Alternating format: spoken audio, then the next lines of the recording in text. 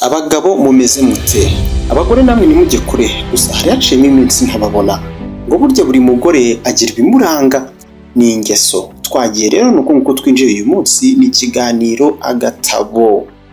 Umwe abagabo mwe nimujye guhitamo abagore ngo maze mukibwira ko mwifuza ngo wa mugore uzi gukora ngo uzagende witeguye ko ushobora kuzasanga atazi kwita ku rugo cyangwa se kubyerekeye urugo, amasoko, ibindi nk'ibyo ngibyo. Wari ubizi se ibyo ngibyo? Reka tuganire ku bwoko n'ingeso za buri mugore bijyanye n'icyo ashoboye. Namwe bagore byabaviramo amasomo ku buryo mwamenya ngo mukeneye kongera iki, ubuhe bumenyi kugira ngo bizabahire neza. Ngo ibi ni ibintu bizafasha benshi muri mwe ku bagabo cyane cyane kumenya ngo uwo muhuza nawe ameze ate, utazabangama azaba ameze ate. Murakaza neza mu masomo yabafasha mu buzima, abafasha mu buzima.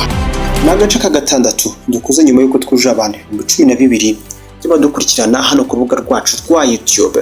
Yego, ngo nuramuka ugiye guhitamo ugahitamo umugore ngo ugahitamo wa mugore uzi kukwitaho neza kandi akita ku rugo, witegure ko ngo uwo mugore bishoboka cyane ko azaguha ubufasha mu byerekeye amafaranga, ngo mu rugo bizakugora, bizagorana ibyerekeye amafaranga. Ngo ni ingeso ubundi ziranga abagore. Ngo buryo byakugora ko usanga umugore wubaha umugabo ugendera kuri buri kimwe, buri tegeko umugabo avuze, ngo ubundi uyu mugore akenshi uzasanga aba gusaba buri kimwe, mbese ubu uzasanga umeze nk'ukora buri kimwe wenyine kenshi, ndetse akenshi nk'umugabo ngo uzagende witeguye ko ugomba gutuma amera neza uko byagenda kose, buri cyose agombwa uba ugomba cyangwa se uba uzagomba kukimuha. Azakubaha pe nubikora ibyo ngibyo. Ngo ariko se umugore wubaha umugabo akuburanye ibyo umugabo atanga shahu, ngo wazambwira ikizavamo nakikuburana cyangwa se nabikuburana. Ikindi ni umuhitamo, ugahitamo wa mugore ngo ba bagore twita ko bafite umutima ukomeye. Uyu ni umuhitamo, uyu nta kiba kipfa kumukanga gutyo gusa. Ngo uzazirikane ko umugore nk'uwo azajya guhata ibitekerezo byiwe rimwe na rimwe, ntayoboke n'ibyawe wowe nk'umugabo. Ngo kandi uwo mugore bene aba bagore, uwo mugore aba yumva ko yihagije. Ubwo nawe murabyumva, namwe murabyumva ahangaha. Guhitamo umugore ngo mwiza bigaragara ngo ujye witegura kwemera ibishoro bigomba kumuherekeza buri gihe. Akenshi ngo bizaguhenda. Simvuze ngo mushaka abagore babi, ni amagambo hano ndi gusoma, ntabwo mvuze ngo mushaka abagore babi, reka.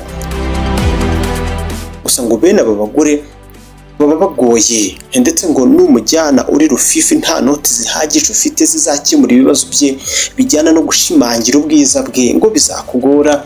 Ni abagabo turi kuganira hano. Namwe bagore, umwe abagabo mwe nimujye guhitamo, mugahitamo abagore cyangwa se abakobwa bagize ibyo bageraho mu buzima bwabo, ngo mujye mugenda mwiteguye kuzasanga abo bagore bafite intego zabo ndetse na gahunda zabo bwite muri ubu buzima. Akenshi aba bagore baba bafite n'imyitwarire ihambaye, n'ingeso zijyana n'imyitwarire ndetse n'ibyo buri mugore ashoboye gukora. Njye gusa burya byaruta nkajyana n'uriya wa nyuma tuvuze ufite ibyo yagezeho mu buzima. Wowe wajyana rero n'ubuhe? Dusangiza n'igitekerezo cyawe muri komenti, birafasha ikiganiro kugera ku bantu benshi.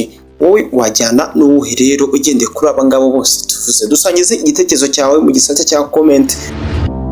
Nta muntu ubaho utagira inenge, buri wese aba ateye ukwe, ari nabyo bitugira abihariye. Hano ni kuri Telemontagne Rwanda, tukugezaho ibiganiro, inkuru zigezweho kandi n'amasomo y'ubuzima, uko twizera ko biri mu bintu dukenera buri munsi kugira ngo tubeho tubayeho neza kandi tujyana n'ibihe.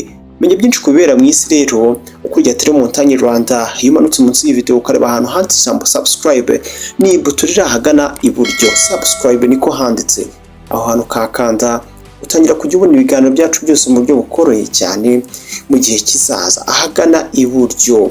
Sangiza iyi video inshuti zawe kugira ngo dufashanye muri ubu buzima, tujye dufashanye mwa bantu mwe, isangiza abandi hari abo yagirira umumaro.